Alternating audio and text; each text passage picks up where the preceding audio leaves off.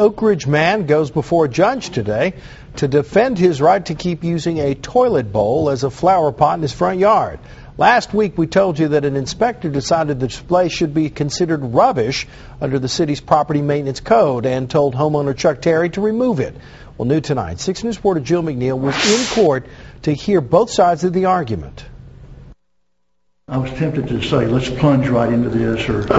But the mood in Judge Robert McNee's courtroom soon turned serious as Chuck Terry faced off against Oak Ridge city officials. One of the things that we're trying right now to do very diligently is to clean up our neighborhoods. Toilets are not something that typically people like to look at. No, ma'am, it's a flower pot. Terry presented several dictionary definitions. Webster says that rubbish are things that are no longer useful or wanted and have been thrown out.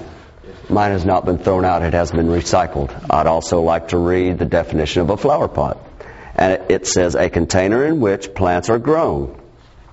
That is what my flower pot is. The city attorney countered with Webster's definition of a toilet. Used for defecation and urination. The judge pointed out What may be one person's art is another person's rubbish. Terry agrees. Is this a picture of your property, ma'am?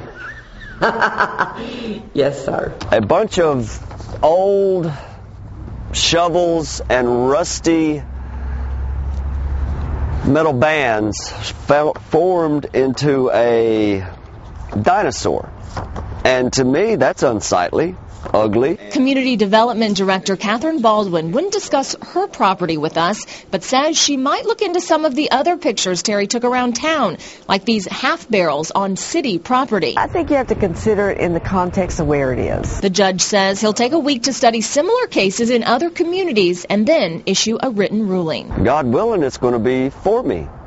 And if it's not, I plan to appeal. I will take this as far as I can.